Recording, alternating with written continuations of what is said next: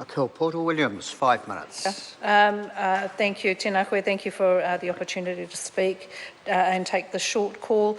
Mr. Speaker, there are just a couple of points I really want to make about this, and the first one cannot be emphasised too much, and that's about the rights of property owners in Canterbury and how those rights have been somewhat stretched over the last 5 years. Just to recall, it's not just the earthquake sequence that has impacted on the people of Canterbury. It has been not just the several tonnes of liquefaction that they may have had to move it off their properties.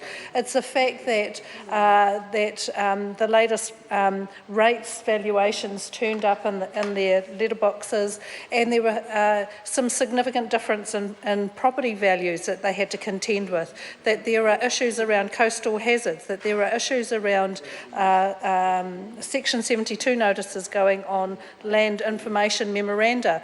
There are issue upon issue upon issue for the people of Canterbury to deal with in terms of their property, and it cannot be stressed enough that they need to be given the appropriate time, full information and due regard for their concerns in this process.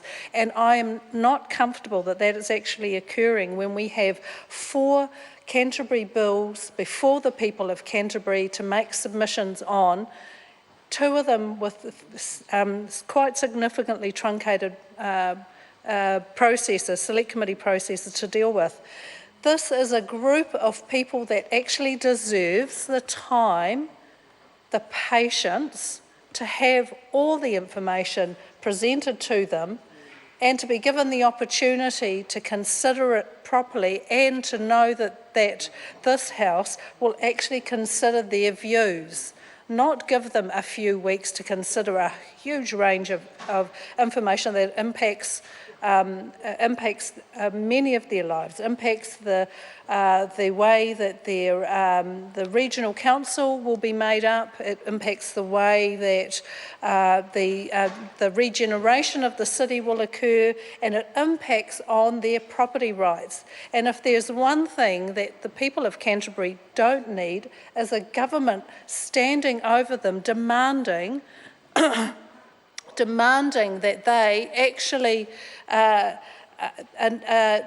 engage in a process when they are not sure that they have full information in front of them. And you can say what Mr. Karako across the other side of the House, but I'm sure from your office that you know as much as I do that our people are very concerned that they have full information.